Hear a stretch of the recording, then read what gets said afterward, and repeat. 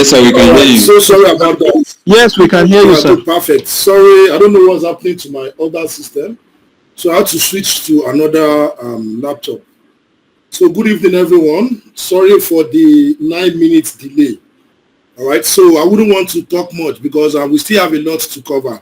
So I'll just dive straight into what we have to do today. All right. Now I saw the comments that you guys are posting on the WhatsApp group. Yeah, that's cool. All right. But I wouldn't want to say much because I prefer us knowing the rudiments. Let's know the basic before we understand what we are doing. You get. So I'm sure after today's class, you should be able to answer that by yourself. All right. So let me just go straight into what we started yesterday, which is let me share my screen so that you can see. Okay, I believe you can see my screen now, right? You can see my yes, I will. Yes. All right, good. So you can see my screen now, right? Can you still see? Yes, all right, so now let's just go to. Yes, we can see. We can see, sir. Okay, perfect. So yesterday, I don't know if I would like to recap. Yesterday we talked about the solar component first, all right? And I mentioned to you the components that we have for solar, the solar system itself. When I talk about solar system, we are talking about solar panel, charge controller, battery, inverter, and other accessories, which is the BOS. All right. I mentioned to you that you should try and know this flow, understand this flow very well, because when you understand this flow, you'll be able to do your design perfectly. All right. You see, when someone was sharing on the group that I have this system, what should I use? Once you understand this flow, you'll be able to do the design perfectly. All right. So we talked about the advantages and disadvantages. Once I share this to you, it's something that you can read up on your own. Then we talked about this. I'll just mention the key parts. Bus bar, I've talked about this. Don't worry about this. When you have the slide, you are going to study about it. So now let's move to series and parallel connection. You need to know this. And I mentioned to you that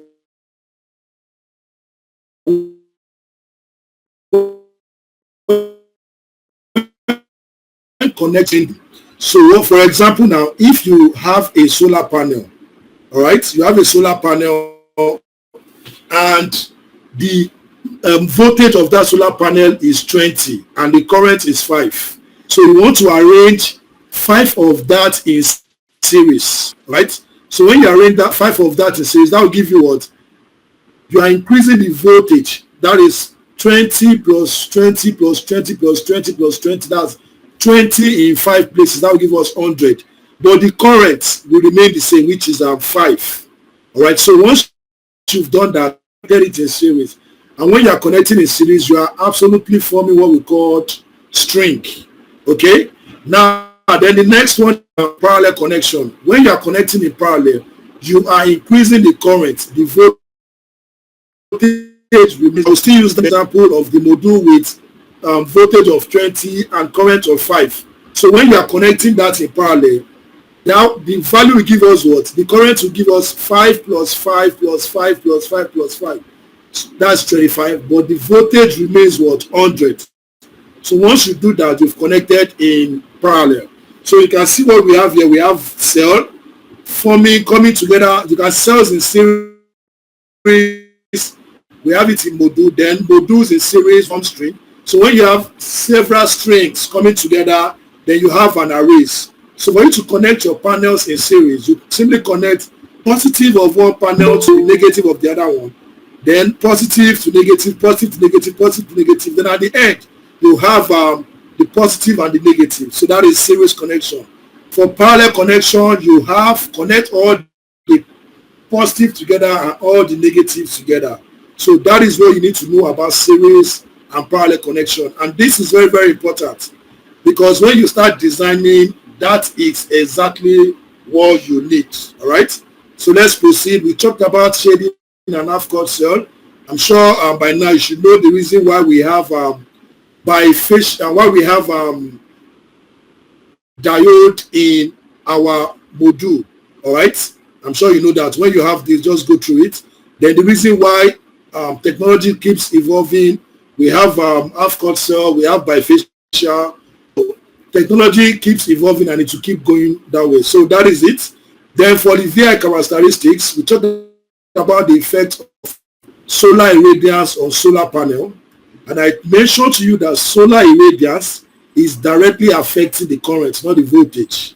All right. And if you don't want to understand that, just remember the example that I gave to you yesterday, meaning that if you have a solar panel, all right, and the parameters of it is, I'm sure you know that for every module that you have, which is solar panel, there are parameters.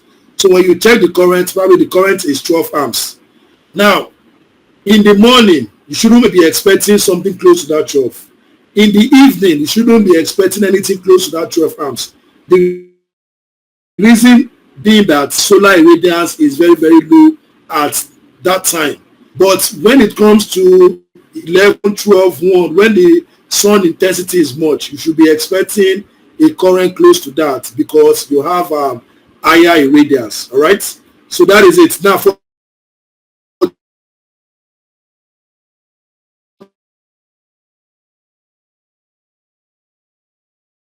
temperature, all right, probably 40. Once you do that, you are automatically reducing the voltage, and that will reduce the output. That's the energy production. And once the energy production is reduced,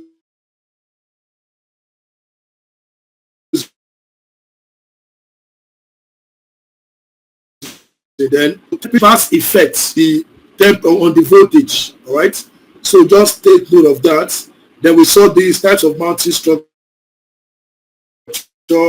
types of tracking system, tilt angle. Again, I told you that you can see that from footprint hero. I think we should go there now. Let's go to footprint hero. You can still see my screen, right? Can you see my screen? Yes, you can see All us. right. So I think I have a better network today.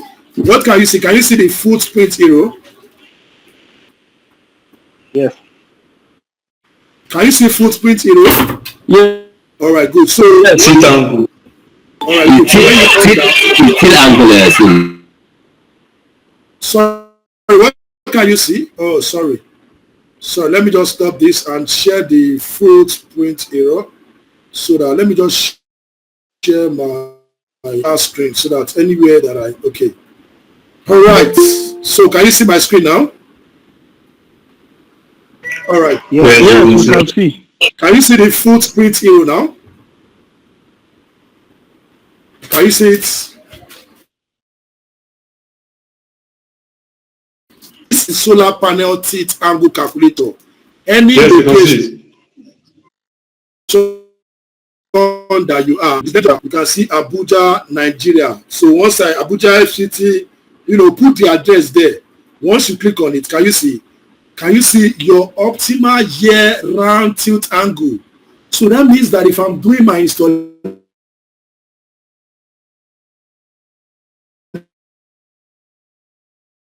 in a ground mount, you can determine the orientation by yourself. But if it is a roof mount, there is nothing you can do. But for ground mount, if I have a ground mount installation in Abuja, all right,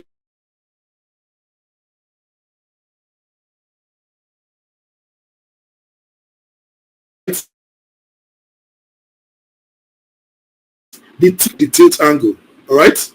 So let's move on. I'm sure we don't have time. Let's move on because I want to finish this today. Now we talked about orientation and azimuth, all right. I mentioned to you that azimuth is the angle that the solar panels are facing and is measured in clockwise direction from the north. I'm sure you know where the north is. I drew that up, south is facing down. The right side of the north is what is the west, is the east, while the left side is the west. All right. So if you are in a southern hemisphere, like those staying in South Africa, the sun is in the northern sky, so the panels should be facing north. So if I'm doing installation in South Africa, for example, now, since South Africa is in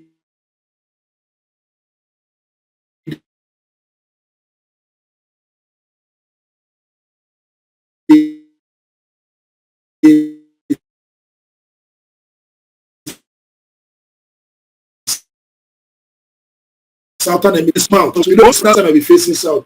So if you don't know all these techniques, you might wrongly put your panel in the wrong place. So it's advisable for you to know the hemisphere that the country that are doing the installation is.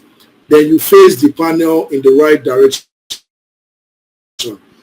So hemisphere like Nigeria now, the sun is in the southern sky, so my panel will face south. All right.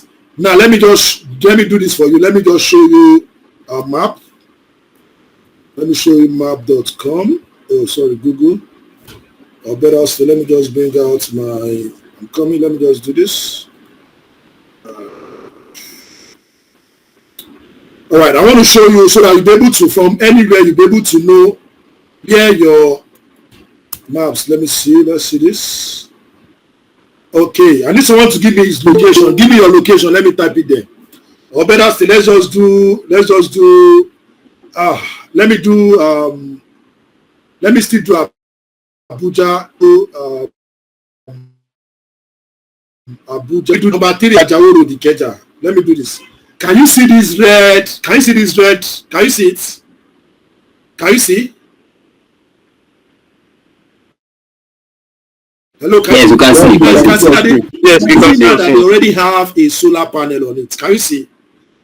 Can you see that they already have a solar panel? Now you can see. Listen. Now, if you are searching for your location, note this red icon. Note this red icon. You see the top part that is round. That is the north. You see this tip side. It is the south. All right. You see the right. Once you know your north and your south, definitely you should know where your west and your east will be. Now, okay. Now looking at this. Look at this roof here. Now look at this roof now. Now let me assume that I have an installation on this particular roof. And I don't know where my south is. I don't know where my north is. I just decided, okay, I have a space in this side. I have a space in this side. Remember, if you install here now, your panel will tilt at this angle, right? If you install here, it will tilt at this angle. So then let me assume that this side is the north and this side is the south. Now, if this is Nigeria already, and we know that Nigeria is where? Nigeria is in the northern hemisphere. Are you with me? So that means my panel should be facing what? The south. And I'm saying that this is the north and this is the south. So now who can tell me where am I going to install my panel? Am I going to install my panel on this side or on this side? Who can tell me? Is it my right side or left side? Oh yeah. Is it my left side or right side? Your left side. It is going to be on my left side. All right. The reason why I'm putting it on my left side is because this is my south. So I need my panel is out because I'm in Nigeria. Nigeria is in the northern hemisphere, so my panel should face the south. All right. So once you do that, you maximize the energy that you have at that period. Do you understand that? So that is that. Now, What about it, sir? If it is a plain roof, the roof is there. Yes. There is nothing you can do. If it is a plain roof, all right, there is nothing you can do. You can't, because of installation, you cannot bring out the angle. You lie it flat like that. Are you with me? You lie it flat like that. All what you are going to do is just to consider the losses. That's the reason why for such installation, it's able for you to use software. Because when you use software and you lie you already know that when you lie it like that, software will simulate the losses for you. You understand? So software will be able to tell you that, okay, this energy that you are having will not be able to suitable. So you, obviously, once you have that, you know that you have to increase the capacity. All right. So there is nothing you can do. The roof is there already. Flat. All right. Do you get that? Okay. Yes, sir. Thank you. All right. So now, if you want to know the azimuth angle of your location as well, what you need to do is to come to this same footprint hero. You can see I'm in footprint hero. So what I don't need to do is you can see it's not here.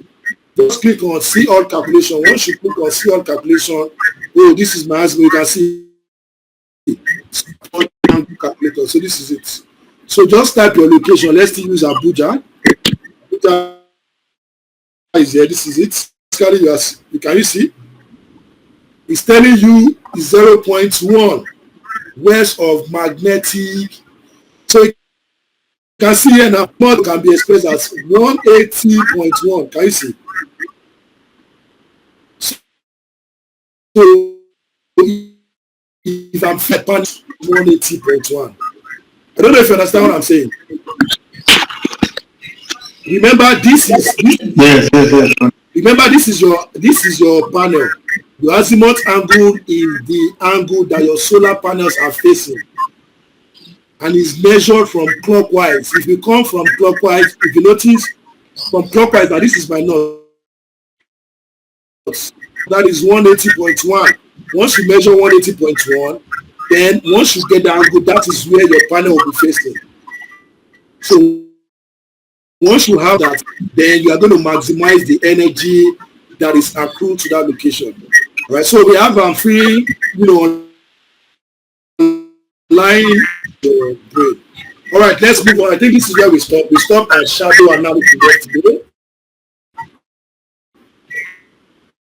I'm still remembering from this is one of the very important steps in planning a PV. And now, let me say, doing some exercise yesterday. I'm sure you can. Let me bring out the exercise.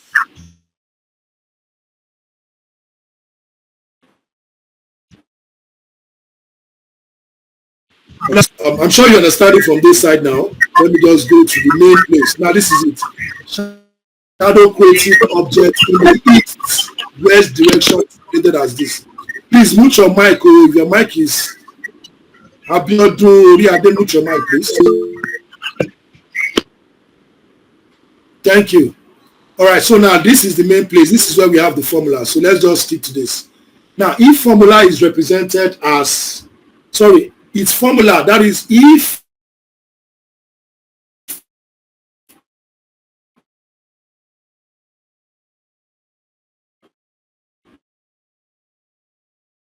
automatic height multiplied by sine, azimuth divided by tan, altitude. Now, if shadow creating object is in the east side of proposed solar PV array, we are going to consider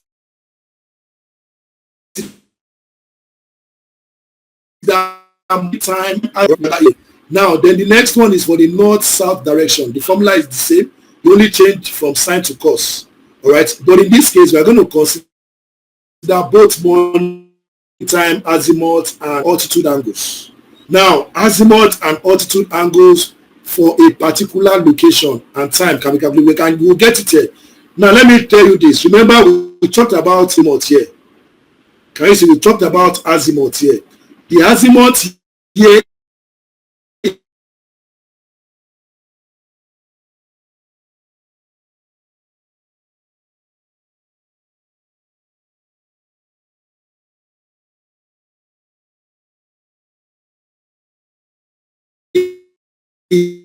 is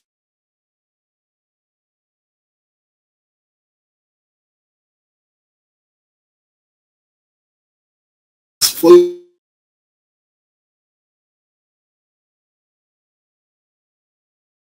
height of proposed solar installers between the building is 2 meters.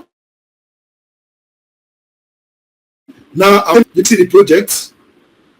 We can see it. Good. So now let's just match that example to this, so that by the time you are seeing this, because I'm still going to drop this in the WhatsApp.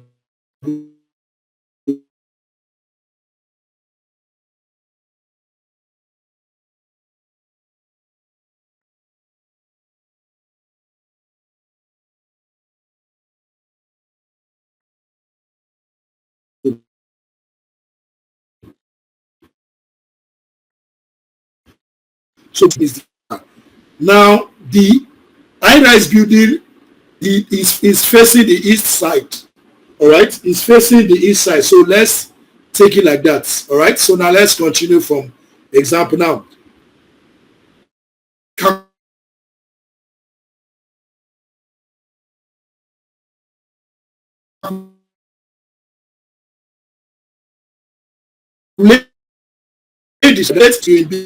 using this example. Which one is building B? Using this example. Which is this, right? Yes, sir. Yes. All right, good. Now, what is on the east side of the proposed solar roof? Which one is building A from here? Which one is building A from here? This building, right? This Yeah, the where where the solar panel is being installed. All right.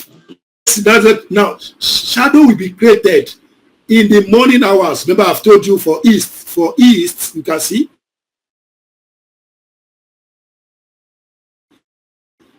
If shadow consider morning time azimuth,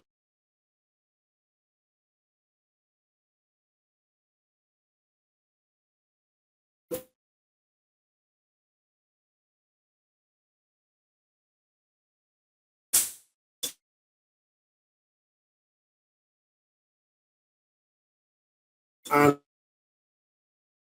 Sudan goes. Yes, sir. Yes, sir. Yes. All good. So good. Now let's continue. Now, azimuth and altitude angles to be calculated for Abuja. Now we're going to calculate it for 1st of December. Now we are using for December. That is the worst case scenario. Please mute your mic.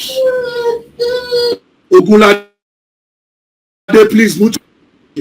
Now we are using 21st of December for winter because in Nigeria, which is the northern, 21st of December is the worst case. You understand? Where we don't have generation. So if you can design for worst case, then it covers for the rest years. For those in July, that's their own worst case. 21st of July. You understand? So once you can design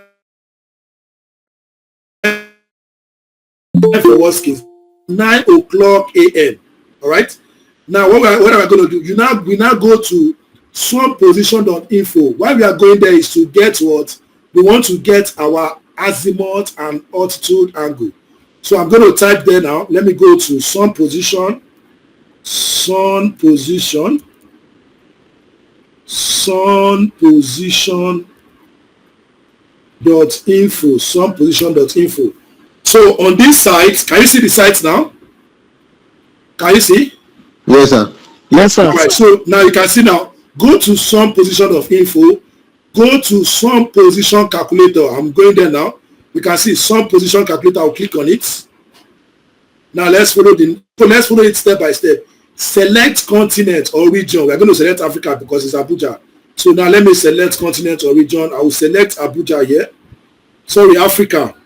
Then let's see the next.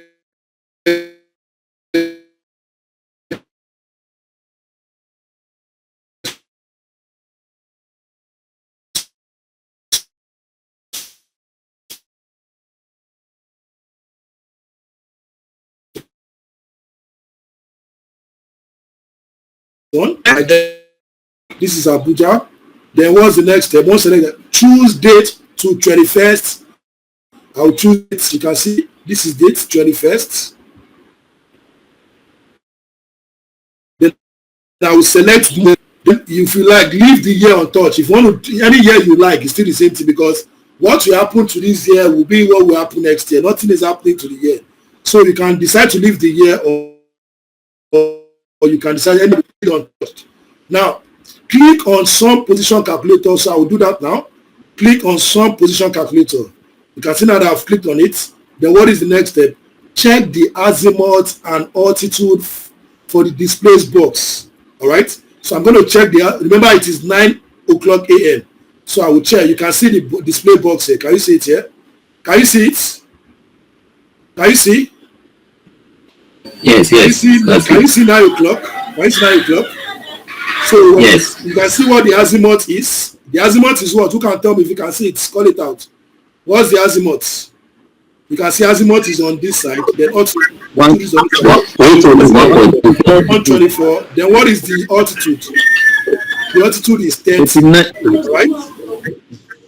You can see now.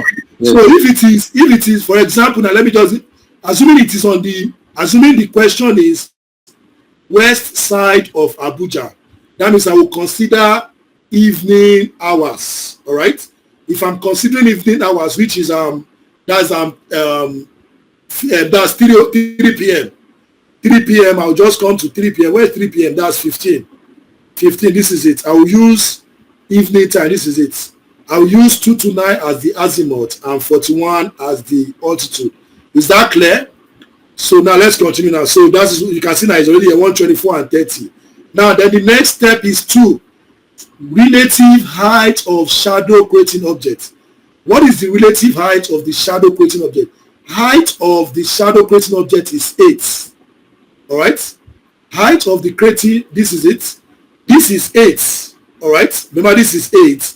Then this is 5. So I need to know the relative height. That is what I want to calculate. All right. So height of the shadow creating object is B, which is 8. Height of the building where the solar panel array is proposed is A, which is 5. Then the relative height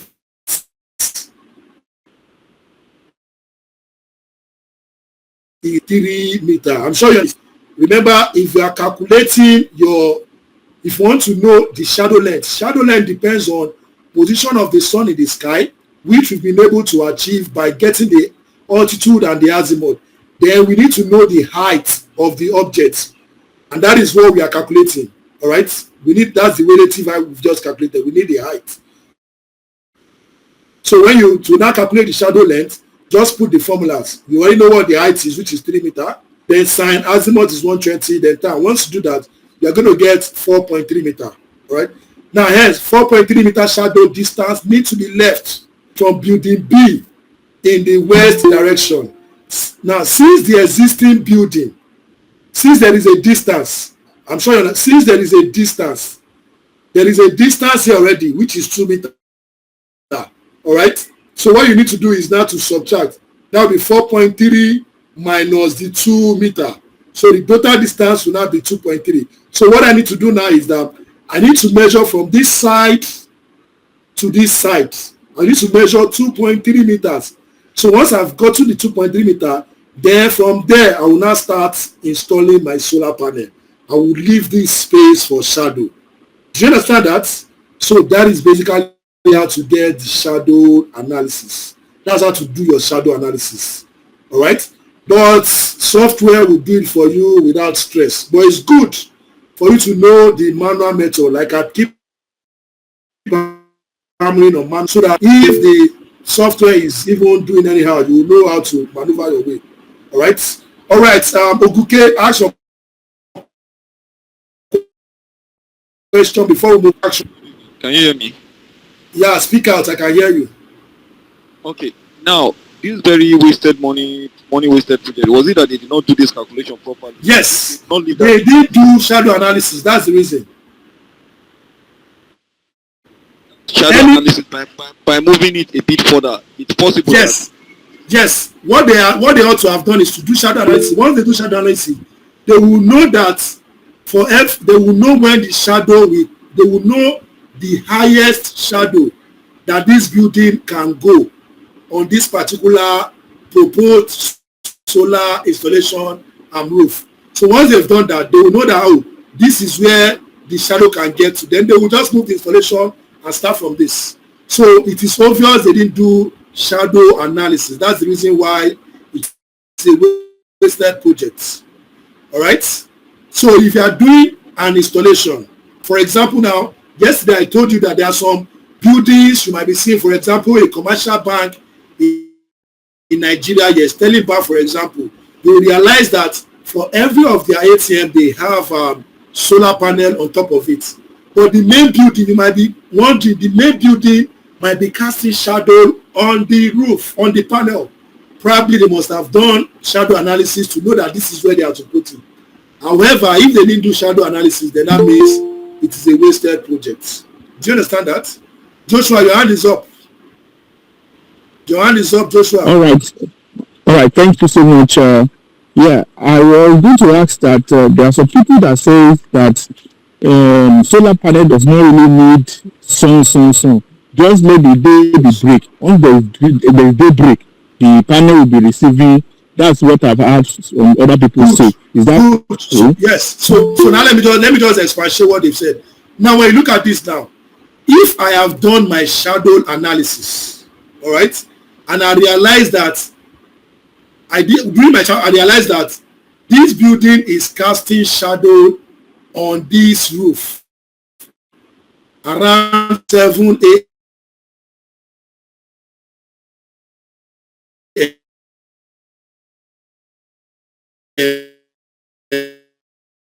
or 8 a.m. Stand between, let's say, 10 and 2 or 9 and so let's say between 10 and 2 or between 9 and 3. You understand? If it is casting shadow, you know that you shouldn't go there. You understand? So that is what they mean by it is power. You understand? You need that energy. For example, now imagine around 12 p.m., 1 p.m., you have this kind of shadow on your roof. That is on your panel. That is a wasted project. That project cannot stand. Do you get that? Thank you, sir. Thank you.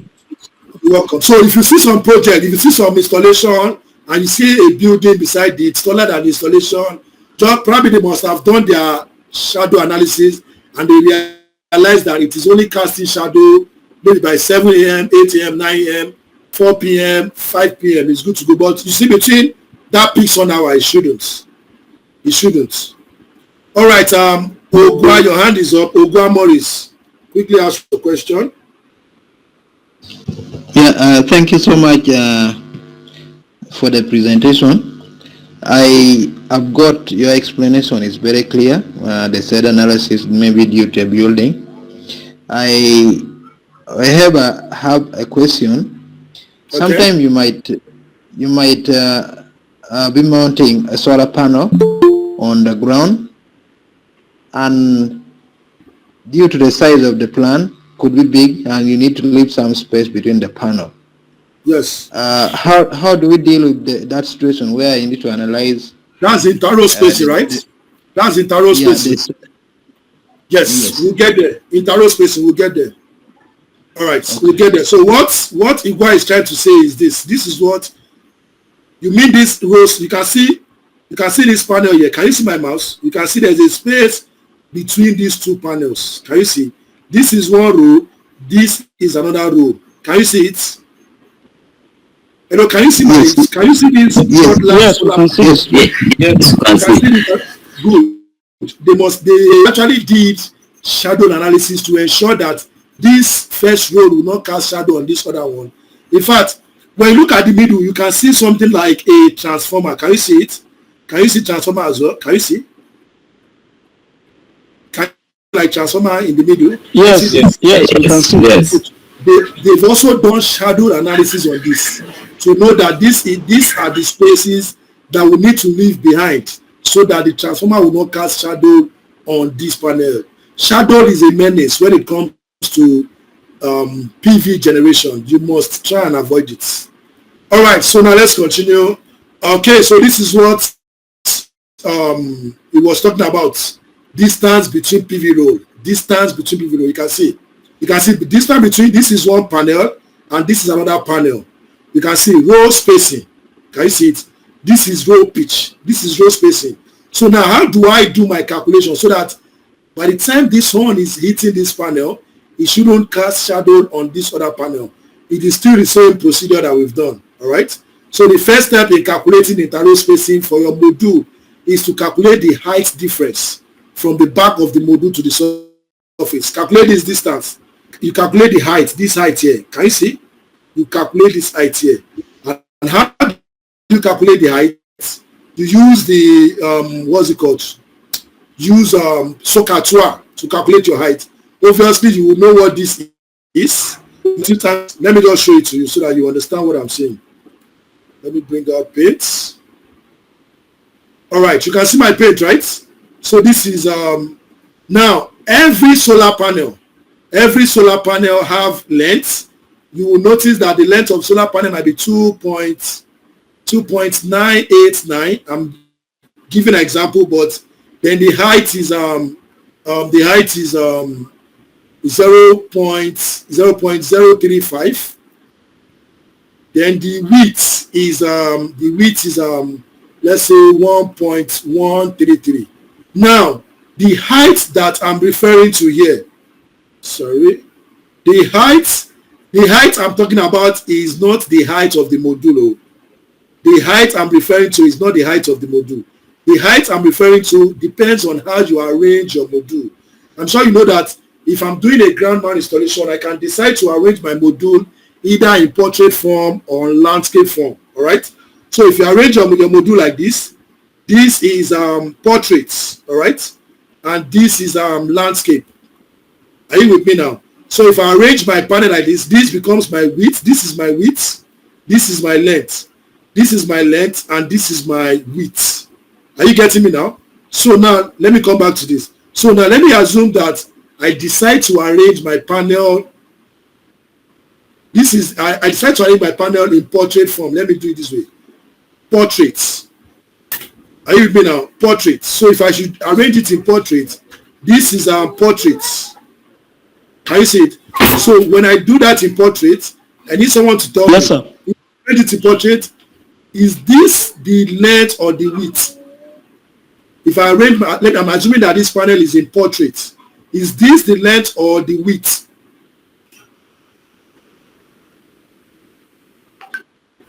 Oh yeah, now. I need you to answer. Is it the length or the width? I'm arranging it in portrait form. Is it the length or the width? It's the length. It is the length. All right. I'm arranging it in portrait form. So this automatically becomes the length. But if I'm arranging it in landscape form, all right, then this becomes the width. Now let me give you an example. Now let's just go to Google and see what we are talking about so that you understand it very well. Ground mount installation. So that you understand it very well. Let's go to images. All right, so now, perfect. Now looking at this now, how do you think this panel is arranged? Is it portrait or, I mean this particular one? Is this landscape? What? This landscape. Landscape. Good, this is landscape. So now when you look at this now, what you need to consider is the width, not the length. Width. So you can see now that how many panels do they join together? This is 4 panels. Do you understand what I'm saying? Hello, do you get what I'm saying? Yes. Now look at this now. This one is arranged in what way? In what way? Who can tell me? Portraits. Portraits. So this side automatically becomes what? The side becomes what? Length, not width. All right. So now let's come back to this. Now let me assume that arranging 2 panels, that I'm doing landscape and I'm arranging 2 panels. Or let's follow this one. Let's use this. I'm arranging 2 panels. So now who can tell me what will be the length? And assuming that the length of the panel, assuming that the length is 2.98 and the width is 1.133. So I need someone to tell me what will be the total length. What will be the total length? Remember the width is 1.133. So what will be the total length? What will be the total length? The length will be 5.8. That's 5 point. Are you sure? That's 1.133 times 4 is 4 panels. That's 4.532. But remember, there is a space between these 2 panels. We usually leave a space of 0.02. Usually for the mid clamp. Yes, for the mid clamp, the space between 2 panels is 0.02. So once you consider that will give us 1.133 plus 0.02 plus 1.133 plus 0.02 plus 1.133 plus 0.02 plus 1.13. So once you add everything together, you have the height, the length. So now let me assume that I've applied that to this side. I've gotten the length already. All right. So I need to know what this height is. Remember, you've already got to your tilt angle, because for you to be able to place your panel, you already know what the tilt angle is. And I'm sure you know where you can get the tilt angle from footprint hero. So I'm assuming that the tilt angle there is 11 degrees. Since it's Abuja, let's use 11 degrees. So I'll just use SOHCAHTOA to calculate, sine, which is SOHCAHTOA, to calculate the height. All right, so they said there will just be sine 11 equals to the height over the total length that you've calculated here. So once you cross multiply, your height will now be sine tilt angle times module width or length. You can see, depending on panel position. Do you understand that? So once you've gotten the height, then you are good to go. Now, P PDAM to, then you just apply the same principle because you already have this height here. You already have this height here. So just apply the same principle. Now, peak, you can see during winter, you can see for December, that's worst case scenario for those of us in the northern hemisphere. Now, for those in the southern hemisphere, you can see their winter is June 21st. Then you pick 3 a.m. to 3 p.m. Just follow the same principle. Follow the same principle. Then you'll be able to get what you want to achieve. You can see, then your interroll distance is still the same formula. Do you know why we are using this course and not this other one? We are not using this because this interroll spacing is only applicable to ground mounts.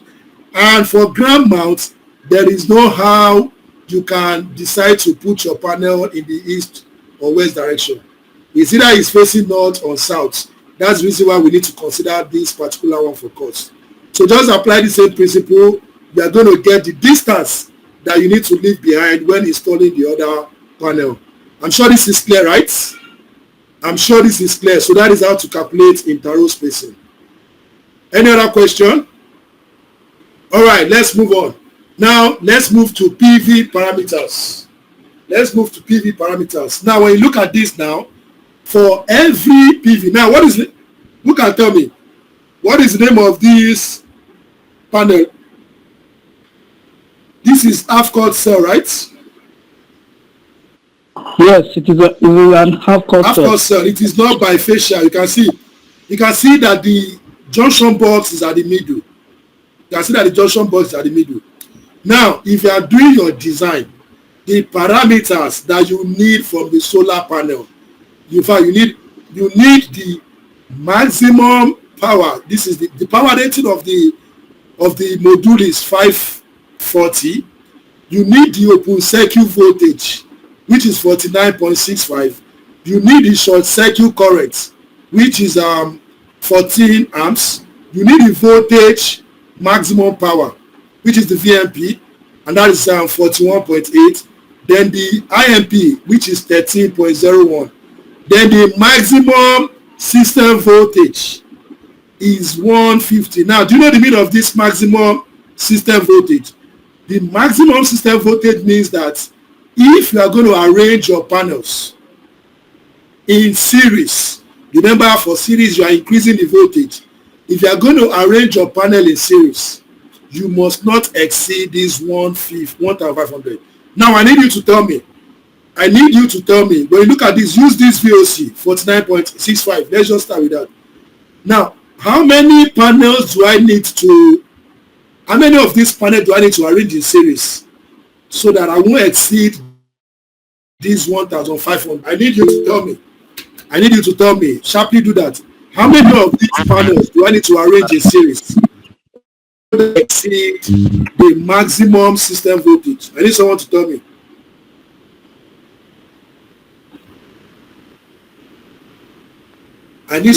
me. I need someone to tell me. Use this VOC. 30, sir. The VOC is 49.65. So how many of the panels? 30. How many?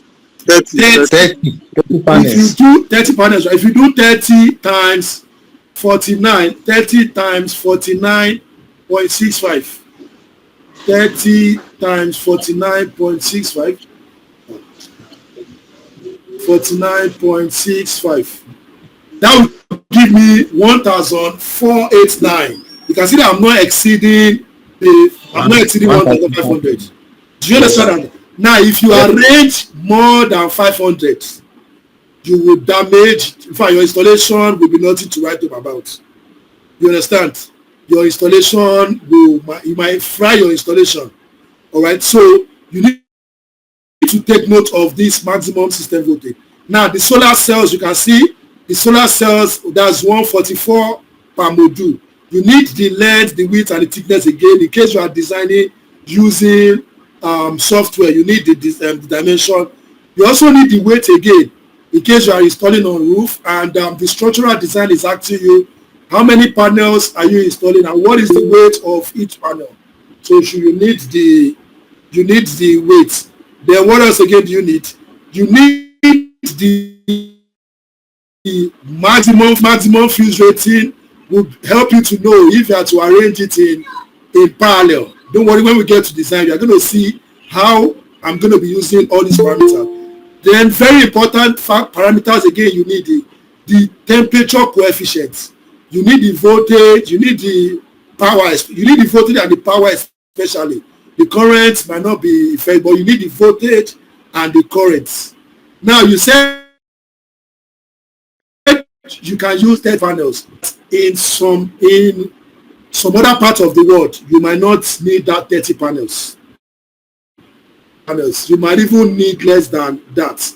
Don't worry, when we get to time, you are going to see all the tricks. All right. Now let's move on. Solar electricity systems are given a rating. You see kilowatt peak, which is essentially the rate energy and peak performance. For example, at noon or on sunny day. So when you are designing your system, you are saying 5 kilowatt peak. That 5 kilowatt peak does not mean that it needs to get there maybe around 7 a.m. or 10 a.m. It can get to that peak, all right, at, let's say, 12 p.m. during sunny day or at noon. Now, the kilowatt peak depends on how much a customer wants and the roof area available to accommodate the panels. All right. Now, let me assume that you've done an audit for the facility, for the business. The business owner needs 20 kilowatt peak. But there is no space. What can you do? There is nothing you can do. There is absolutely nothing you can do. You just allow the project to die. There's nothing you can do because you need a space. Else, you just run at loss. All right. Remember, CNI is more about I sell power to you, I give power to your facility, then you pay me my money. That is what CNI is all about. If it is residential out there, you can decide to just put it there for the person, let the person be managing it. All right. Now, the radiation of a location require the tilt angle of the PV and temperature can. The radiation of a location, the required tilt angle of the PV and temperature can be obtained using the global solar atlas. I'm going to show it to you. Let me just go there. There is a site, another site that you can check that out. Global solar atlas. All right, so it will give you all the information that you need. This site is also another site that you can use to simulate. You can use it to simulate. It will give you the tilt angle, will give you the azimuth angle. All right, so instead of you using footprint road. So now let me use location Abuja. Let's see, this is it. It's coming up already. This is it. So you can see direct normal radiation. So don't worry. Let's move on. Let's explain all those terms before we come to it. Now let's now talk about the global solar atlas. Can you see this picture here? Can you see this picture here? Hello, can you see the picture here? Yes, we can see. Yes, we can see. If you can increase your screen. Good. Now, the energy that is being emitted from the sun, all right, is coming into your panel in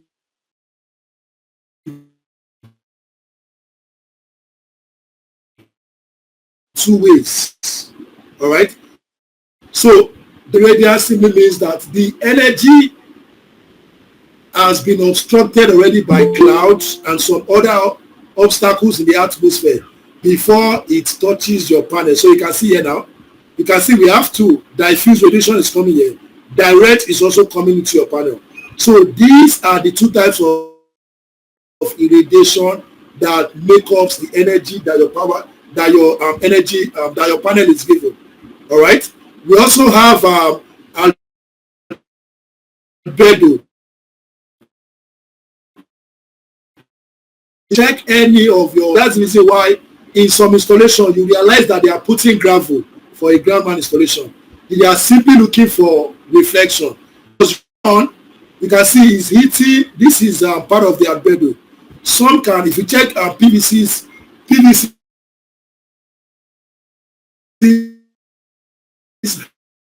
has that panel can line contact with.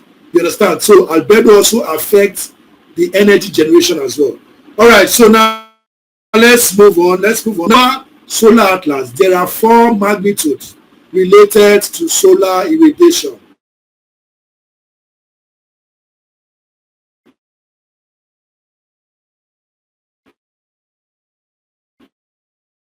Now we have GTI. Now DNI, which is the direct normal radiation, is part of the solar radius that directly reaches the surface perpendicular to the sun directly without any obstruction. It reaches the solar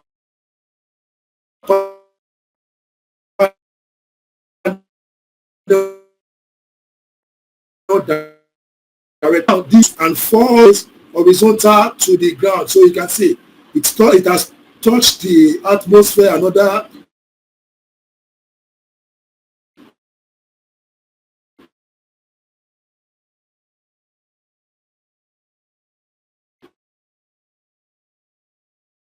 obstacle. So what actually gets to your solar panel is the global horizontal irradiance and the diffuse horizontal irradiance. Now, when looking at this, which energy do you think will be much? Which energy do you think will be, or diffuse horizontal irradiance? Who can tell me? This is just a common sense. You should be able to know which one will be much. It's the direct. It's the direct. Direct will be much because by the time diffuse is hitting the atmosphere, it has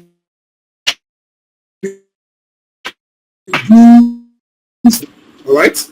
So now we have the solar zenith angle is the angle between the sun's ray and the. Now I'm going to drop a video in the WhatsApp group after this class so that you understand what that zenith is. Now, higher value of DNR represent a higher occurrence.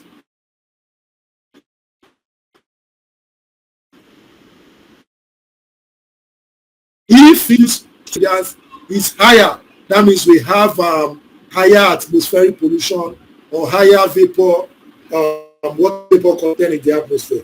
Then we have another one, which is the global tilted irradiation at optimal. This is solar irradiation that can be perceived at the ground of the moon. Now look at this.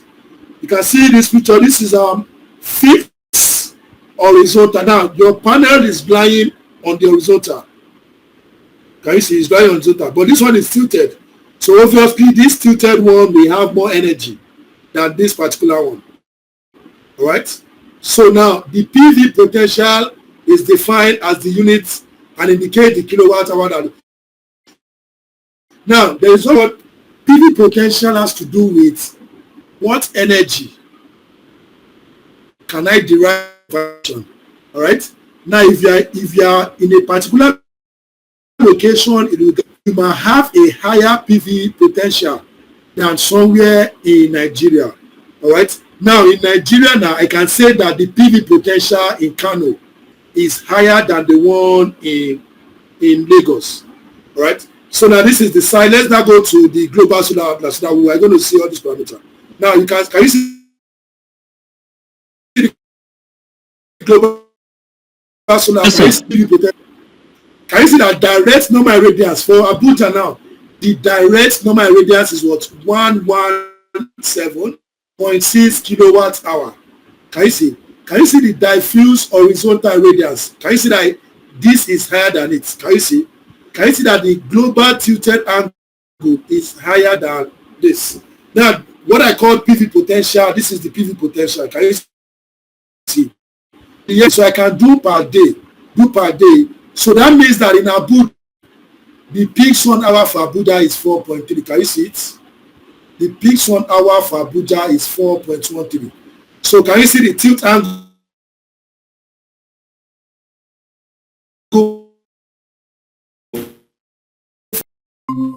and solar irradiation, right?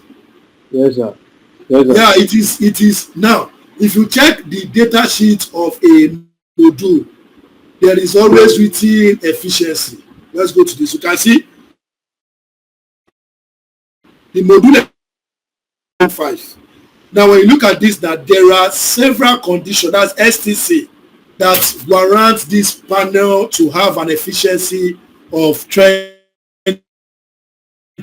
points. All right, and one of it is the irradiance, all right, which is 1,000 watts per meter square. All right, so I will simply say that it is the irradiance brings about efficiency of the module. All right, depending on what you have there. So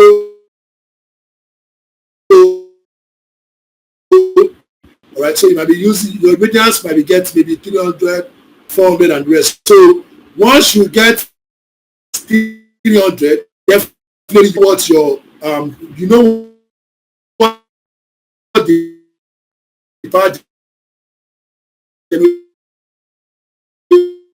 will be 500.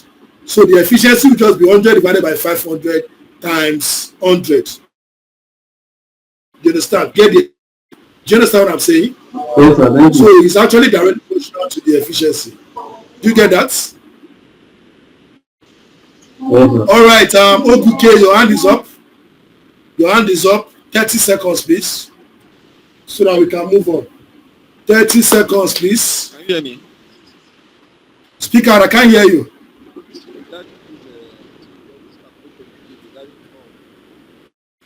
All right, I can't hear you. Let's move on. Give your instruction. Why doing your installation? There are some instructions you need to abide with. And this is it. Avoid touch the edge of the panel. You need to do that. Reduce the distance between the panel and the charge controller and the inverter to reduce losses. Electrically speaking, distance needs to be reduced whenever you are doing your installation. Just to space between panels, allow space between panels to reduce wind effects. When you look at this, there is a space where we put our, can you see? The reason for the space is to avoid wind effects.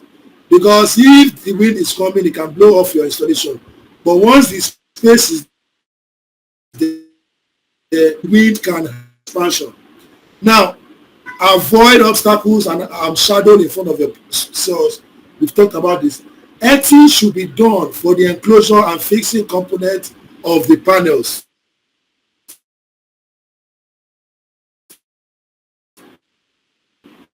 You can see new structure made of aluminum resistible to rust. So these are the PV installation instruction. Is your hand still up? All right, so let's just move on. All right, now let's move to the next. Let's move to the next component, which is charge controller. Remember, we are following this flow. Remember, we are following this flow. We've talked about solar panel. Then the next component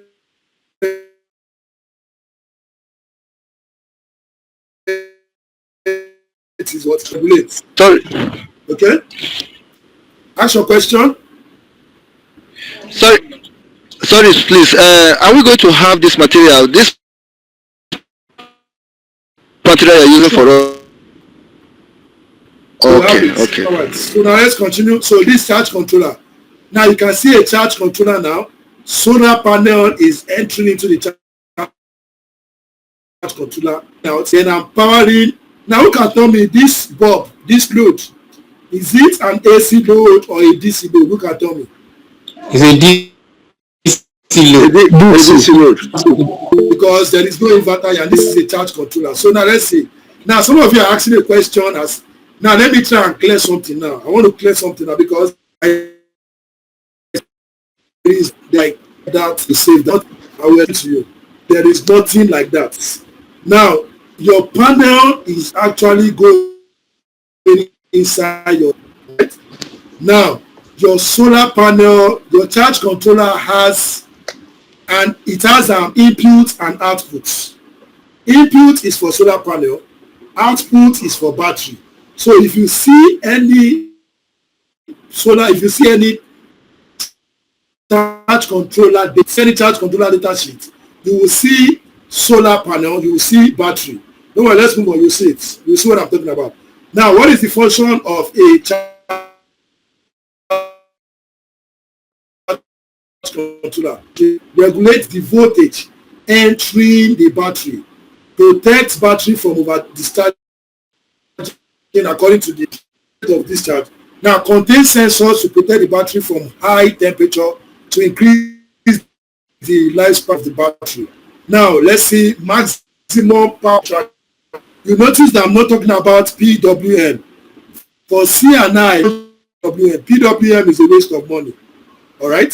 So that is the reason why I don't talk about it. I talk about maximum power point tracking charge controller. We have two types. We have the PWM and we have the maximum power point tracking. All right, but I'm talking about this, and you're going to see the reason why we don't use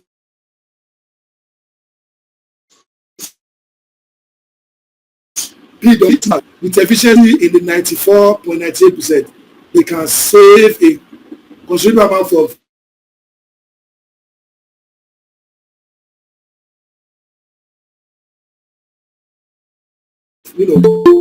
from the PV panel to the values suitable for charging the battery, but keep the current at a higher value.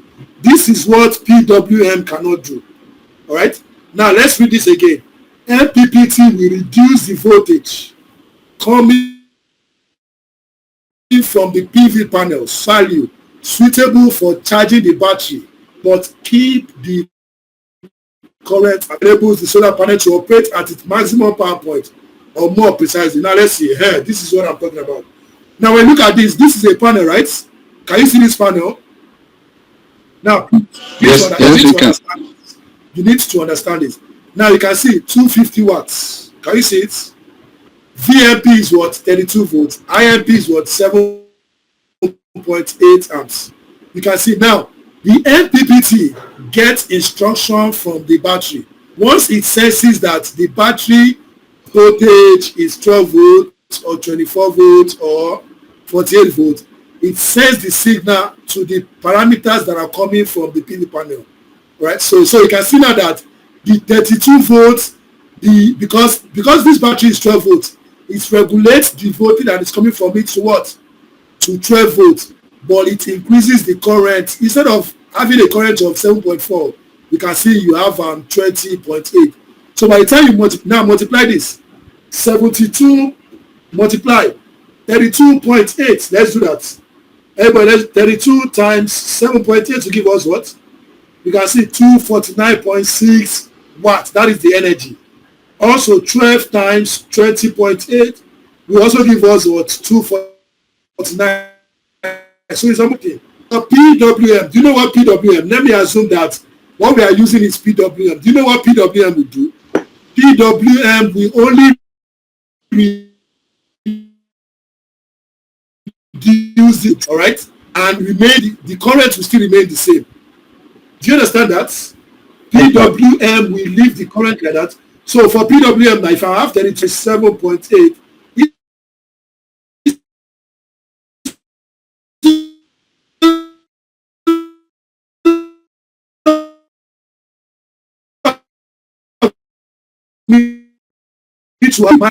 that is a lot. So you can't afford to do that. So that's the reason why we don't use PWM for C&I. We still go for MPPT. Now, MPPT charge controller is rated according to the maximum input voltage, circuit current, and maximum charge current. Now, these two ratings determine the connection of panels in series and parallel.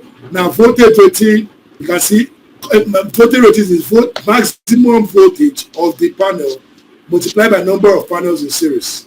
Now, I don't want to draw, but let's just go ahead. Can you see this? Can you see it? Hello, can you see it? Yes, we can see. Yes, we can see it. It's clear. Now, you need to understand, you need to know how to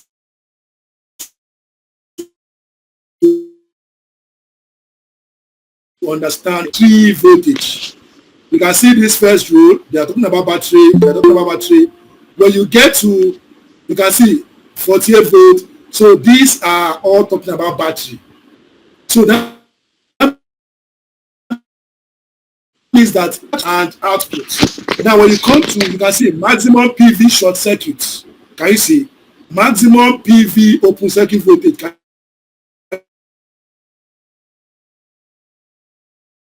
you see? Talking about solar. Hello, do you understand what I'm saying? Yes, sir. Yes, sir. Now, let me go to my, let's go to this. I want to use this to design. I want to know how many. Now, looking at this panel now, can you see what our VL65 rather? Have you taken note of that? 49.65. Have you taken note of it? Have you taken note of it? 49.65. Now let's go to our chart. Yes. Now when you come to this, you can see maximum PV open circuit is 245. Can you see it? It's 250 volts. Absolute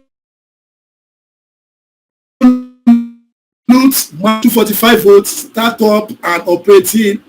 Now if you look at this now, how many of these panels do you think I can arrange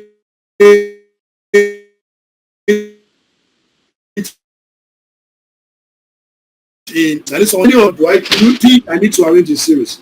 Remember the voltage, the open circuit voltage of the panel is what, 49.65. Now here where this panel will be connected to is what your charge control. So you would want to do that. Okay, now when you look at this maximum PV short circuit, maximum PV short is actually attached 2 branch of charge controller. Please mute your mic. Emeka, mute your mic, please.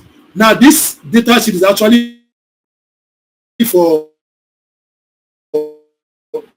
if you look at this now, we are told that the maximum short circuit current, if I'm using this brand, that's 250/70, the maximum is what? 35 amps. Because 30 amps per amps. Can you see it? Amps for you need to. I'm using this 30 amps. 30 maximum is 30 amps per MC4 connector. 30 amps per MC connector. Now that means that when you look at this, how many ports do I have? 1, 2, 3. I have 3 ports.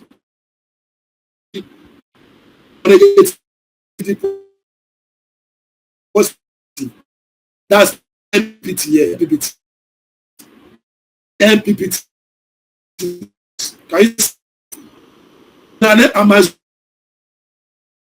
I'm using 2.7 of inverter. I need some using this. Now, how many panels do you think I need to arrange in parallel so that I won't? How many of these do you think I arrange in parallel? I see that the is what?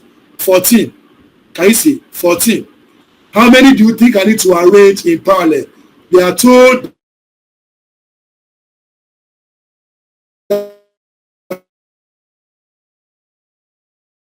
at the maximum in parallel. Remember, I told you that if you are arranging in parallel, you are increasing the current.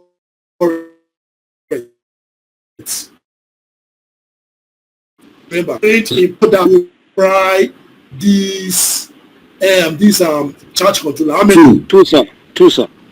That's 2. That if I do, that's 14. If I do 14 times 3 is 42, which is more than 30. If I do 14 times 2, that is 20.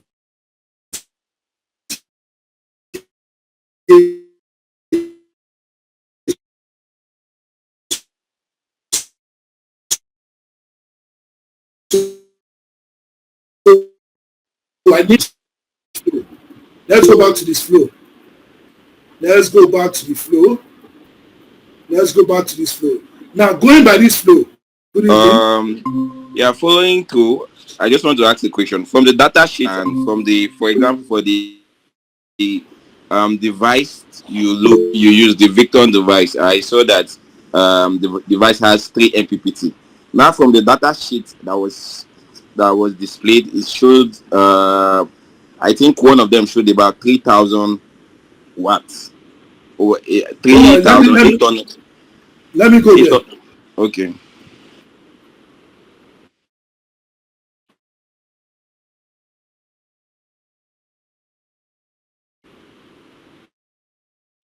Don't worry. 800 watts. Don't worry, I want to understand clearly. Is I'll it per MP? Is it per MPPT? Can you see it now? Can you see it? Just. Can you see my screen now? This is what you guys are saying, right? Yes, yes. So this is the charge controller, right? This is the data of the charge controller. No, this is module now. This is module. This is for module. Yes, yes. What about the charge controller? Yes, it's the module. How is module? Is the charge controller? I'm talking about. They didn't share it. Okay, I'm listening to you. There was one you displayed. Though we saw that that 3. Okay. 3. So now for the data sheet for that one, you are arranging how many panels to match up with this 250 panels you need to arrange. That is 5. We said 5, right?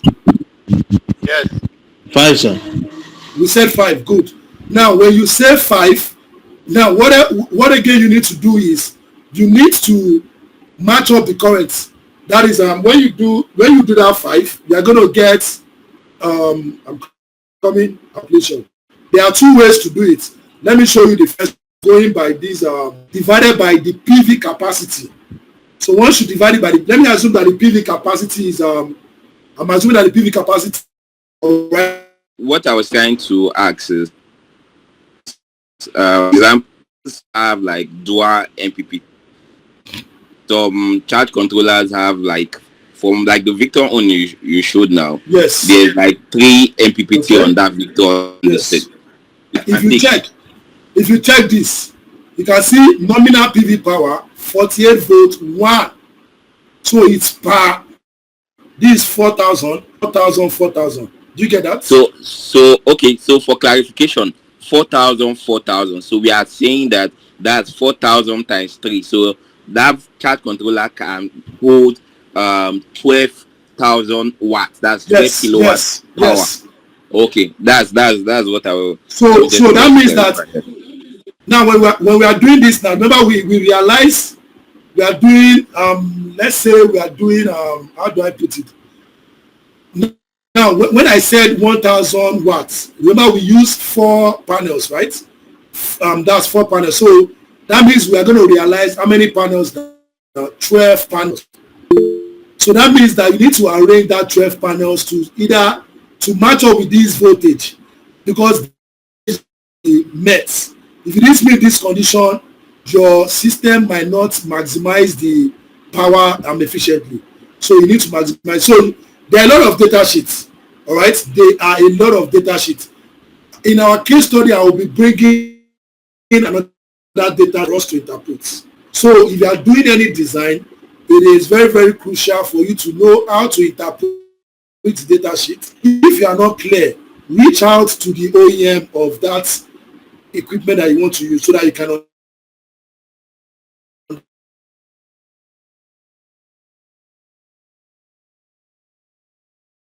understand the data set. We have types of inverter. We have the first type is on-grid. It can be called on-grid inverter. It can be called PV inverter. We can call it grid-connected inverter. They are still the same. All right. So now a grid-tied inverter convert DC to AC automatically. Automatically it converts. If you see PV diesel system uses an on-grid inverter. All right, grid time for injecting into an electrical power grid. You can see you inject directly. Now, no battery is used in this.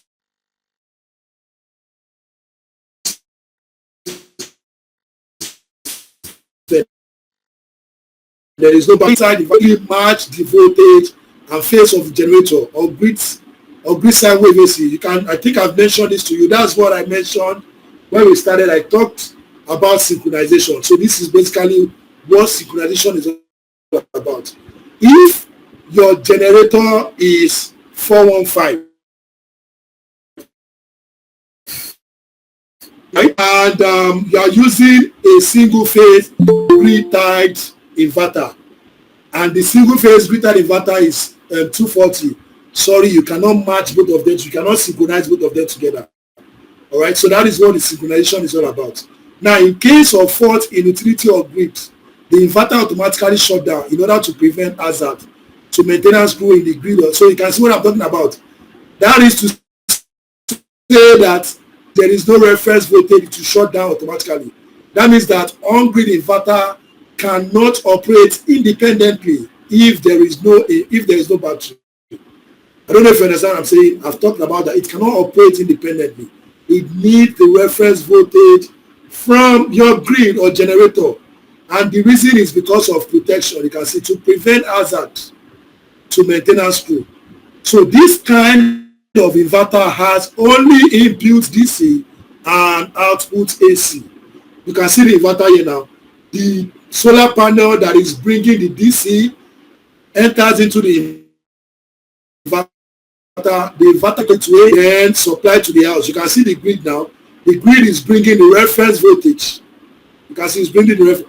This guy, if I cancel this guy out, if I cancel this side, your inverter will not generate. So you can see it again now. You can see the PV combiner box, your solar to PV combiner box, PV combiner box to on-grid inverter. You can see the on-grid inverter, you can see the electricity. This grid will supply the reference voltage before it can go to the load. If this guy is not there, your on-grid inverter is useless. Now let's move on. Another one is off-grid inverter. This system is off-grid or not connected to utility. It's standing alone. Now it is used in places which have geographical obstacles, making it difficult to connect to grid. Now the solar panel feeds the DC power to the batteries. So you can see the inverter takes the power and inverts, creating an AC power to homes. The system needs battery to feed loads at night. You can see external charge controller is always recommended for this type of inverter. External charge controller is always, there is no, it doesn't have input DC. All right, so that's the reason why you need an external charge controller. So this kind of battery, this kind of inverter has battery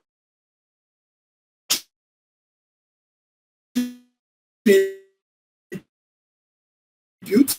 They are using external charge controller. Now let's move to hybrid. This hybrid inverter is primarily used for grid type purpose, but also has an added feature that can provide backup power to homes when the electric utility fails. The customer often use the hybrid system with solar panels to power during blackout. The hybrid inverter you may need. So this is let me not bore you too much. Majorly in homes, this is what we use hybrid inverter. Now let me tell you now if you have an hybrid inverter, your hybrid inverter can only be powered. Your inverter, let me even this particular inverter, even your off-grid inverter, you can only power these inverters using battery. If you are not using battery, these guys cannot power it. You cannot power your inverter if the battery is not there. That's the reason if you are sizing for residential, for example, now let's start with residential, you need to, there's what we call system voltage. And the system voltage is gotten from your inverter. If you are doing the residential installation, the first thing you need to know is what capacity do I need to install for this particular this residential facility? Once you know the capacity, either 5 kVA or 10 kVA, then the next thing is to do what is to get the inverter. Once you get the inverter, you need to check the inverter data sheet. You will see every inverter has system voltage. That is the voltage that will power the inverter. If the voltage is less or more, if it is less, the inverter will not come up. If it is more, you will damage the inverter. So that's the reason why you realize that you check system voltage first. Once you realize that the voltage is 48 volts, then you need to arrange your battery in 40 to 48. Arrange it in series. Battery is usually in, if it is lead acid, you see it in 12 volts. You arrange 4 of it in series to match up with that 48 volts before this guy can come up. All right. If it is not up to 48, this guy will not come up. If the voltage is not 48, if it is more than, you will not damage your inverter. All right. So the same thing is applicable to this. That's the reason why, if you are using this type of inverter, let me tell you this. If you are using this type of inverter, as your energy is being generated from the solar panel, it is going into the charge controller.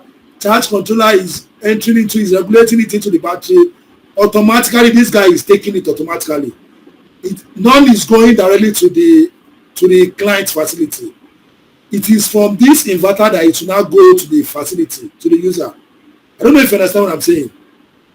It's coming like this. But for in hybrid inverter, you can set priority. All right, you can set it in such a way that in the day, if there is much energy from your solar panel, it should be using it directly. All right, it should be using it directly, while some is being saved into the battery.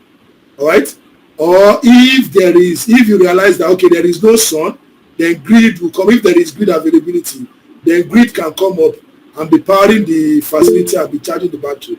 So you can actually set priorities for this. So this kind of inverter has input battery, the AC input. It also has I didn't include it, DC input. I will put it before I share the slides with you. So these are the types of inverter that we have. Now then we have micro inverter. This is a type of on-grid inverter where one inverter is used for each panel. Remember, we have 3 types. We have on-grid. So on-grid is further divided into micro inverter, string inverter, and centralized inverter. All right. So, but let's talk about micro inverter. This is a type of on-grid inverter where one inverter is used for each panel. If you have 100 panels, you're going to use 100 micro inverters. So that's the meaning. Now it converts DC output directly to AC, suitable for generator or grid. That's the reason why it is an on-grid inverter. Now it has high efficiency but high cost of system. As number of inverter increases,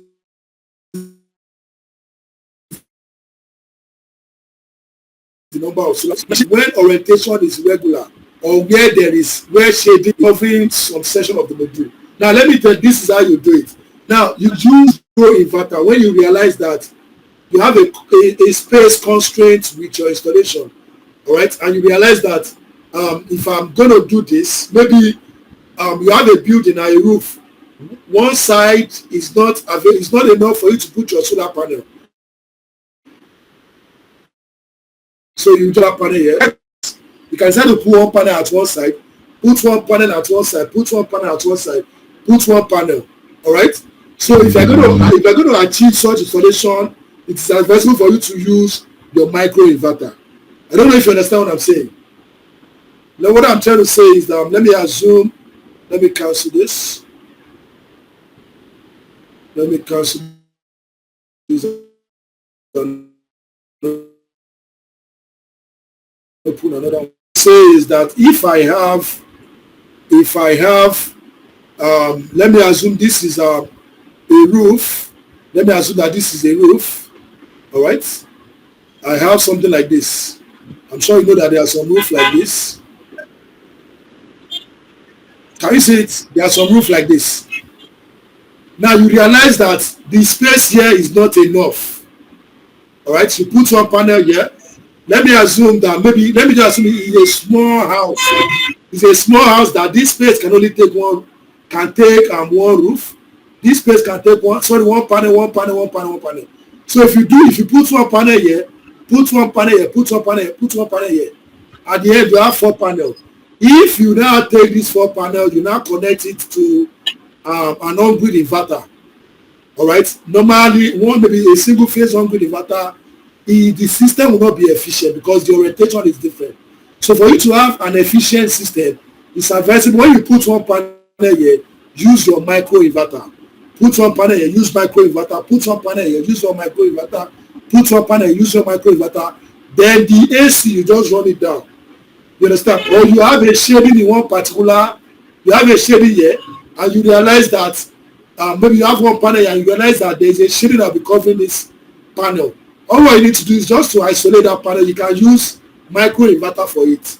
All right. So it's better for you to understand this so that it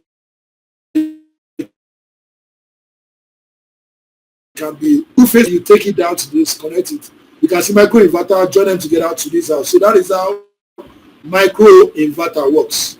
Isa, you want to ask a question? Isa, you want to ask a question? Adelika, you want to ask a question? Yes, sir. All right. Good evening, sir. Good evening. Based on the micro inverter, what about when you have about 36 panels to install on the roof? But since it's a roof, your rotation is a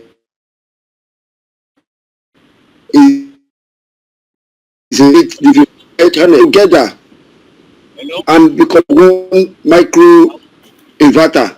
No, That if you take that 6 panel as one. No, you can't do that.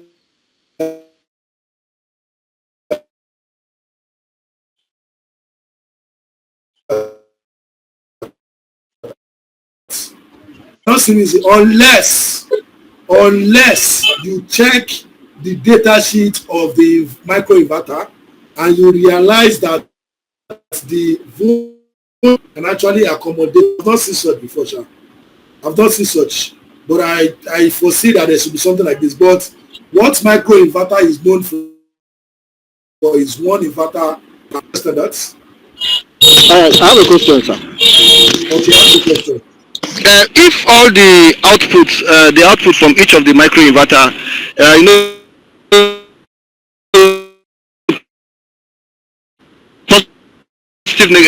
connected using AC bus bar, so that all the lights will go. Okay, yes. But wouldn't there be, if life and life touch each other, wouldn't they do? Life and life touch each other. No. Why would there be explosion? Why there cannot be any explosion? It's only life and neutral. If life and neutral should touch, that is when you have to. If life and neutral should touch, if life line 1 and line 2 should touch, line, I have single phase line 1 and line 2. I have life and neutral. Once I connect all the life together, nothing will happen now. If I connect all the neutral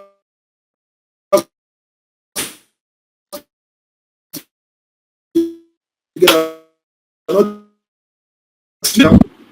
then one value uses the string inverter. Now these are also on-grid type of inverter. Now last current generated by the solar panel into AC that C&I facilities can use. They are usually installed in a string formation. Multiple solar form a single circuit. You that ask a question that can I connect 6 to, can do that with string inverter. All right. So now in centralized, all strings are connected together, forming large array. Then connect them to one centralized inverter. Now string inverter is more efficient due to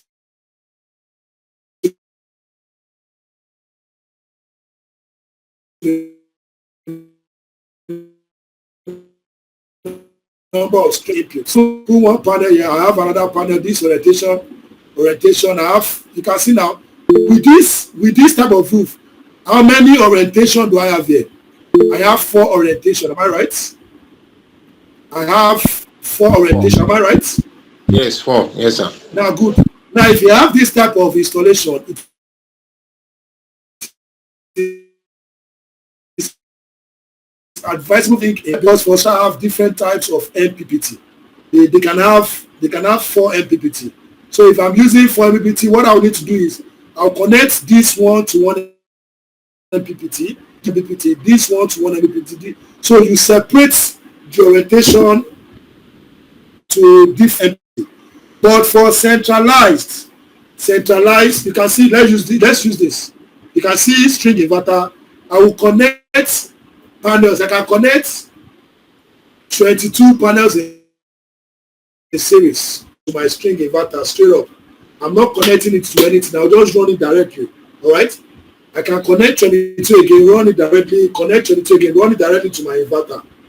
I don't know. I'm sure you understand what I'm saying. What I mean is that I can have one panel, one panel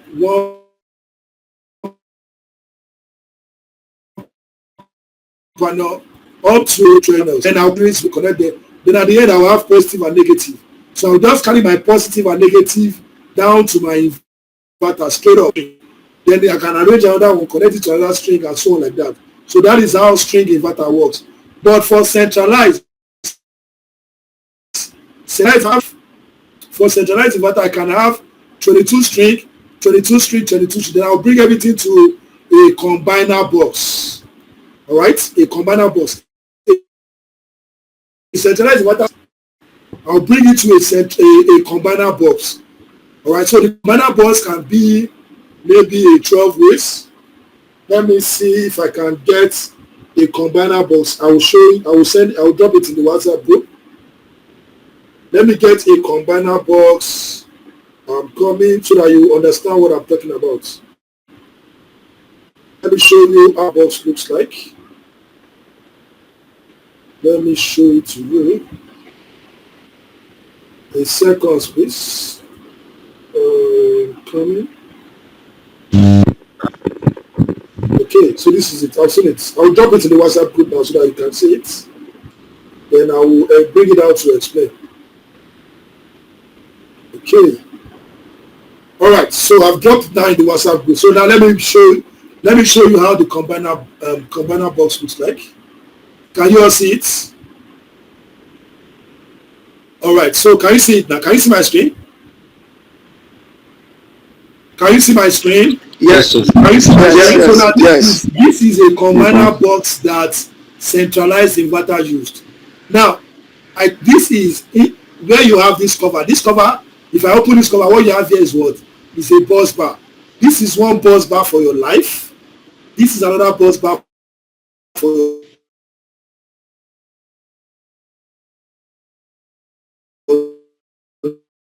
neutral, right? 22 panels. I might have connected either 16 panels where I'm doing my installation. Then positive and negative. I'll just carry the positive, connect the positive here, connect the neutral here. All right. Then again, another 12 again. Bring the positive here, the neutral here. Another one that I'm saying. So that means I have 1, 2, 3, 4, 5, 6, 7, 8, 9, 10, 11, 12. So this is 12. I also have 12 here now. So I've connected everything to this bus bar. I've connected all the neutral to this bus bar. So you can see that there is a cable entering into this side again. Then at the end, I will have just 2 cables, positive and negative. So this positive and negative is not going to standard. So that is now, you can see I've connected all this in series coming inside this. This is the combiner box. Another one again coming inside the combiner box. Another one again coming inside the combiner box until I have just 2. Can you see it? Can you see the centralizer? Can you see the combiner box? Everything is entering the combiner box. So that is it. But if you want to have, for C&I, string inverter is the best. String inverter is the best. They maximize the energy that is coming from your system. So this is the data sheet for, this is centralized inverter. Can you see the MPPT array? Can you see the input voltage? You Can you see? So all this you need to know it. So this is for string inverter. This is for string inverter. So then we have battery. So let me quickly go to the battery side. Maybe before we start anyone, I will explain the data sheet. Now let's quickly go to battery. I'm sure what battery is. Batteries accumulate excess energy created by your PV system and store it to be used at night. Or when there is big charging, the batteries convert electrical energy from the PV into chemical. Now during discharging, the chemical energy is converted back to electrical energy. I'm sure you understand this. Yes. Now your battery, Yes. this is your battery now. Remember what is coming from your charge controller is what is this converts that energy into chemical. That is when it is charging. When it is discharging, now convert that chemical to be used at home. The selection of battery voltage depends on the system voltage, which is obtained from the inverter. I've mentioned this to you.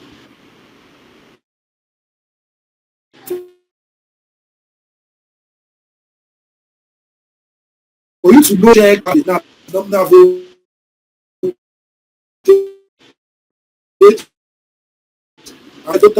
during charging, the batteries convert electrical power to reverse spin that.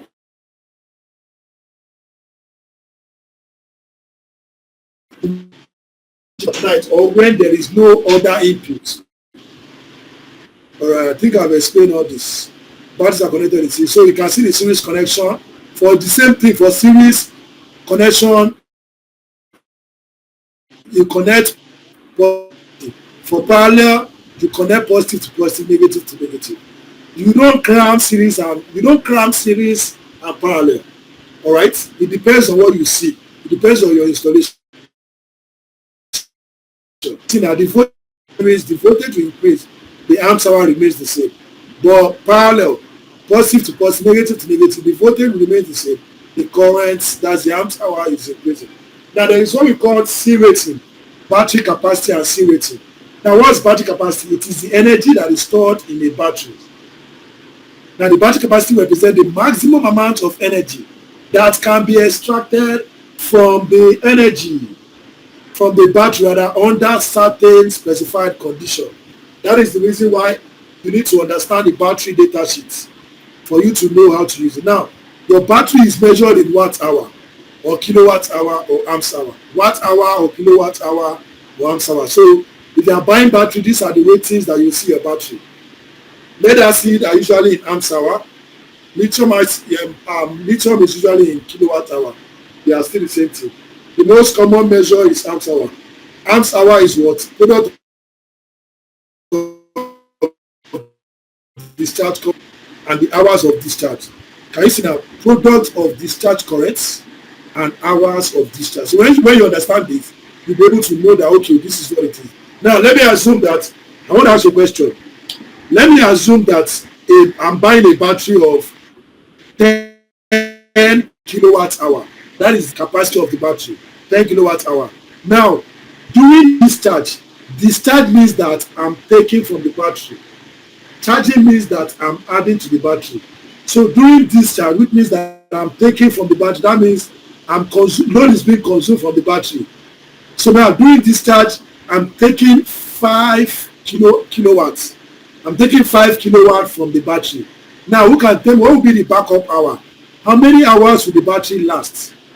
It will only last for how many hours? 2 hours. I'm sure you understand that. Hello? Do you understand what I just mentioned? No, sir. Now, what I'm saying is that, for example, now I have a battery capacity that is 10 kilowatt hour. I'm buying the battery. This is it. All right, that's the capacity of the battery. Now, I'm discharging 5 kilowatts. Discharging 5 kilowatts from the battery. What would be the backup hour? The backup hour is simply what? 2 hours. Oh. Do you understand that? Now, if the battery is if I have 200 amps hour battery, and I'm discharging a current of 30 amps from the battery, 30 amps, what would be my backup hour? My backup power will be what? I'm discharging 30. My backup power will be what? 20 divided by 3. That will give us what? 18, strictly 18 hours. Let's put like that. Oh, sorry. That is how many hours? So that is basically how to calculate your. That's the layman time. Once you understand that, then you are good to go. Now let's not talk about C rating or discharge rates of battery. C rating is the safest maximum continuous discharge rate that the battery can support. Every battery has the rating. All right. Now this C rating is obtained by connecting a load to a battery, making it dead at 5, 10, 20 hours. Now when you look at this now, if a battery is saying 30 C, that means I should discharge the battery for 2 minutes. If it is 20 C, 3 minutes. 10 C, 6 minutes. I'm sure you must have been seeing something like this in the data sheet of the battery. Now let's see the definition. 10 C, 20 C, and 100 C. Now 10 C battery means it will 6 hours plus for about 10 hours.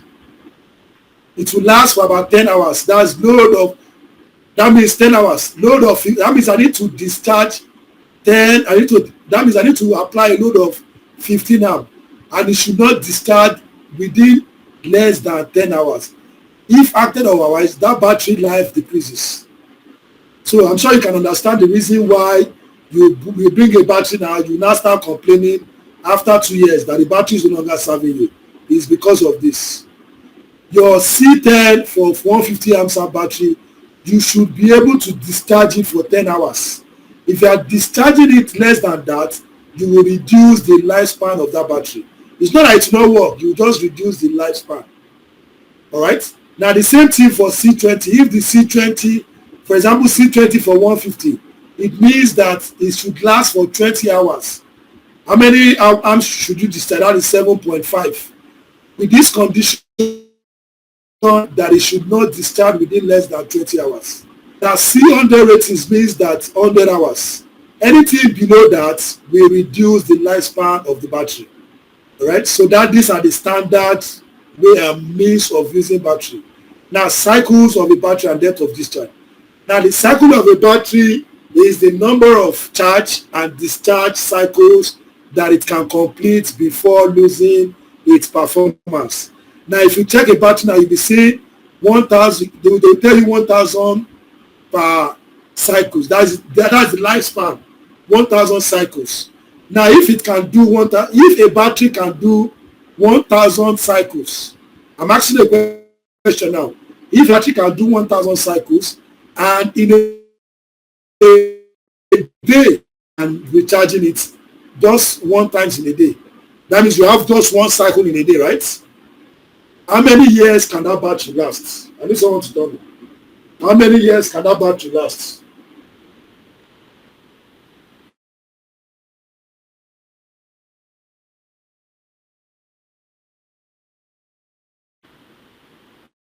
How can that battery last? So how many years can that battery last? about 3 years. What I mean, let me start again. Let me just repeat it. I mean, remember I said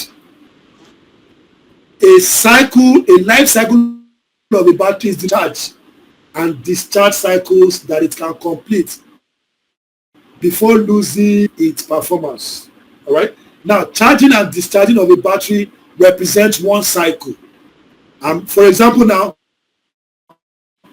the battery from 100% to 20 and then charging back to 100. That is one cycle. And I'm told that the battery has 1,000 life cycle. So now I'm asking, and in a day, I'm just having just one cycle. In a day, how many years do you think the battery can last? In a year, how many? We have 365 in a year, right? So it's just 1,000 divided by 3. Sorry? Yes. That's 3.65 years. It's just 1,000 divided by 2.7. That's 2 years. 2 years. You understand that? About 3 years. About 3 years. But now, what if I'm charging and charging? Let's say it can do, if it can do 5 cycles in a day, If it can do 5 cycles in a day, how many years do you think that battery can last? If it can do 5 cycles in a day, how many years do you think the battery can last? And it is 1,000, and it is 1,000. How many years do you think the battery can? If it can do 5,000, if it can do 5 cycles in a day, how many years do you think the battery can last? All right, I think we are pressed for time. Let me just rush down. Now, okay, now let's see depth of discharge. Let's see depth of discharge. Now, a battery depth of discharge indicates the percentage of battery that has been discharged relative to the overall capacity of the battery. Now, 80% means we can discharge 80% of the battery capacity. So that's the reason why if you see some battery, they will tell you, if you see 10 kilowatt hour, they will tell you can only discharge they tell you 90. You can only discharge 90 because that's 90 DOD. That's what it means. Now most lead acid has a depth of discharge of 50, while most lithium battery has 80 to 85. It's advisable for you to check the data sheet of that battery that you want to use. Now the higher the depth of discharge, the lower the cycle. Can you see? That means if I'm using 80% depth of discharge, this graph is for lithium. Sorry, if I'm using 80 depth of discharge, what would be the life cycle? You can see the life cycle will be what? 2,000. But if I'm using 50, the depth of discharge will be what? Somewhere around 3,900. All right. So you compare your depth of discharge. Financial modeling has to do with depth of discharge. Well, when we get to financial model, we'll explain all that. Now there is what we call state of charge. State of charge is the opposite of depth of discharge. If my depth of discharge is 80, that means my state of charge is what? 20. All right. So you can see now 80 kilowatts hour with a depth of discharge of 25 and state of charge of 20% or 2 kilowatt hour remaining. 0% voltage is the final discharge voltage, and we shouldn't decrease beyond it. Otherwise, I'm sorry, your battery will go. And remember, battery is the most expensive component. So this is it. So there's what we call self-discharging, shelf life, and calendar life of the battery. This on your own so that you can understand the lithium battery and the rest. These ones are just two stories. Now, in selecting battery for C&I installation, it is imperative to compare all battery types based on their cumulative discharge and lifetime costs. So that is that for what we have with the components. So by next week, we are going to see BOS and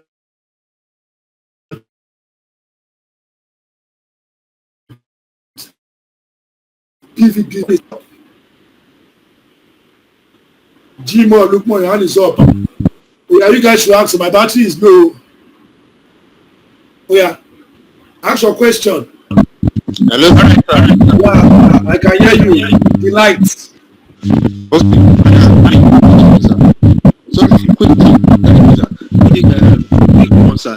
When we are talking about the positioning of panels, you make mention of I mean you are talking about how to calculate for shading, how to know that the changing from the west or north. I don't know, I didn't get that particular area very well, that particular explanation. Okay, so is it when I was talking about arranging my panel? No, when we are describing between the high-rise building and that proposed panel, how to know, you make mention of that we use 9 a.m. or you will use 3 p.m. How do we do that? Continue. Okay, you make mention that when we search that you use 9 a.m. for the explanation, but that there is a particular time that we can use 3 a.m. depending on if it is the west or the east. Okay, so what I'm saying is that 9 a.m. to 3 p.m. is you can decide, you can use your intuition. You understand? If 9 to 3 p.m. doesn't work, you can do 10 to 2 p.m. Okay, so it's not a rocket science. Just depends on how you want to do your installation. All right. And thank God for software. So softwares can help you to know which period. For software, you can do January to December. Just do it one by one. You'll be able to which month you can shadow on your system. All right. So another question. And the string. There is nothing like a charge controller there. Why are we not using charge controller in those two models? That's one. Then number two, if there is no charge controller, then will it not affect the performances of that inverter? Right, thank you. You realize that when I was explaining that string inverter, I mentioned MPPT. Every on-grid inverter has an MPPT. An MPPT is a type of charge controller. So an on-grid system does not require external charge controller. All right, the inverter has it already. The inverter has a charge controller. All right, any other person that wants to go now? Emeka, Abdullahi, Joshua, Jimo. All right. So my question is based on the type of inverter that you mentioned. Okay. Of inverter, you said yes. Oh, your line is breaking, Emeka. I can't hear you. You said your line is breaking. Can I type it. Jimo, your hand is up. Can I go? Question. I think I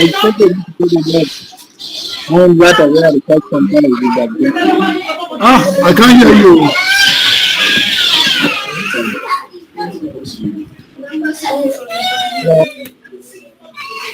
I can't hear you. Hello? Yeah, I can hear you. I'm saying. Yeah, I can hear you. I'm saying. I don't know if you are going to witness this scenario. Where I can hear you now. Where an inverter is in one component. With someone. Can you recap, please? I'm saying there is a situation where an inverter is integrated with the charge controller as one component. Is it common or it is not very common? Because I've seen one where there is no charge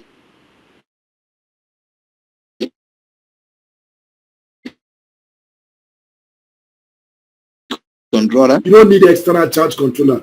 It is when you are using, maybe you are doing system that you need a charge controller, like for all this residential installation. That is where you begin to use external charge controller. Or in fact, I can be doing an hybrid system and decide to use an external charge controller. It depends on the design that I'm working on. It depends on what I want to achieve. So it's best for us to understand the basic understanding, so that by the time you are designing, it becomes flexible. You can decide that, okay, this is what I want to keep to now. You can say, like on-grid system now, there is no external charge, there is no external charge controller.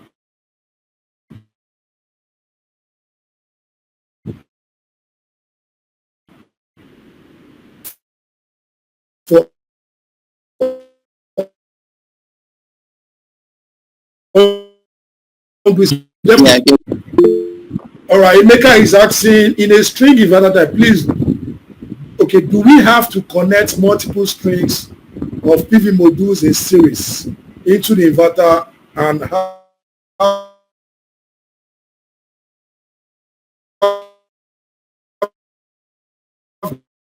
them Josh, hope you can see my screen. Yes. Let me show you my screen. Okay, let me go. Oh, sorry. Let me just go to the ground mount solar system. Right, so let me just go here. Now, if you see for your installation where you have your solar farm, what you are connecting there is series. There is no parallel connection there. There is no parallel connection. Now, when you look at this now, I can all these connections that you have here is series. Now, I have here, let me say I have 1, 2, 3, 4, 5, 6, 7, 8, 9, 10, 11. That's I have. I can. This can be 20, 20 panels. So once I connect this in series, I will have positive and negative. Directly, I'm bringing that cable, that positive and negative cable,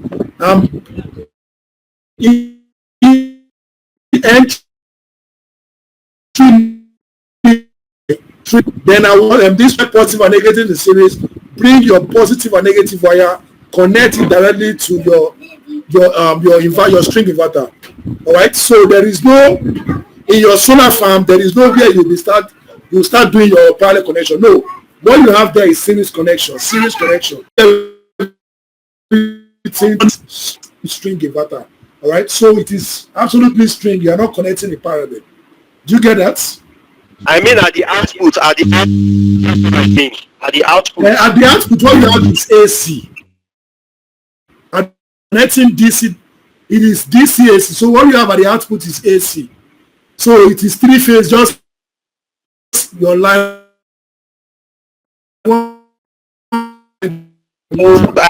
So we have 15 inverters. So per inverter, we are sending in about maybe 7 strings of per string into one inverter. Do you understand? Okay. 7 strings come in live and positive and negative. So per string we have 90 PV module. Yeah. That is a typical string inverter, right? That's what yes. Yeah, they are going better. So the output is AC. They are converting. The inverter is converting it to AC automatically. Thank you. That's clear. All right. So I can see that there is no question again. So and WhatsApp group is there. Just drop it. I will attend to the questions. And if you feel you are not satisfied, you can private chat me. So that everyone can get the very best. All right. So remember, keep boosting your knowledge base, because solar is the next oil. All right. So thank you for your time. I really appreciate for taking our time to attend this Sunday training. So we are going to see next week. So good night, everyone, and enjoy a full day.